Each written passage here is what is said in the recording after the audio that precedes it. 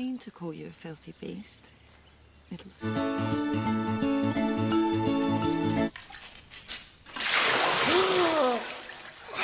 There.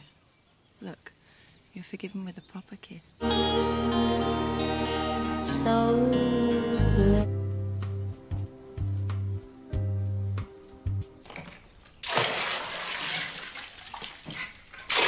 vine-covered chapel.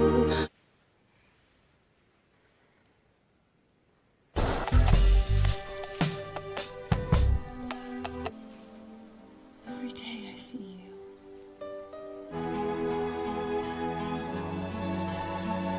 That doesn't cost anything, does it? Hey, you! What is it? Do you think we should take off his clothes to see if he's broken any bones? Now that you have drunk the water, you're under my spell. Oh, just what do you think you're doing with that cow? No, I'm an enchantress. يا مساء الفل والجمال على كل الناس. حكاية النهاردة مليانة إثارة ورومانسية وحب، يعني الفيلم تقيل ومش لأي حد، وأنا بحذرك وبقولك لو سنك أقل من 18 سنة بلاش. يلا يا معلم هات كوباية الشاي المتينة واسمعني.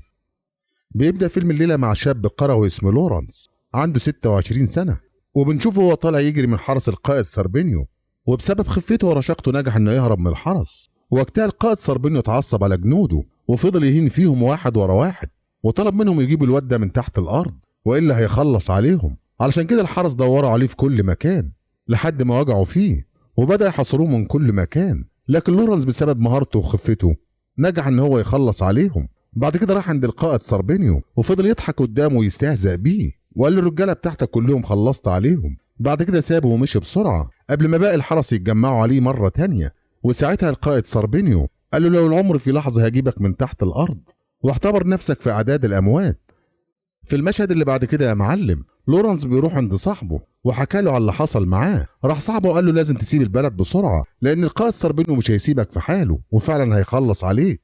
عشان كده صاحبه عطاله الحصان بتاعه وطلب منه يهرب بسرعة، وبالفعل لورانس ركب الحصان وبدأ يتحرك بيه.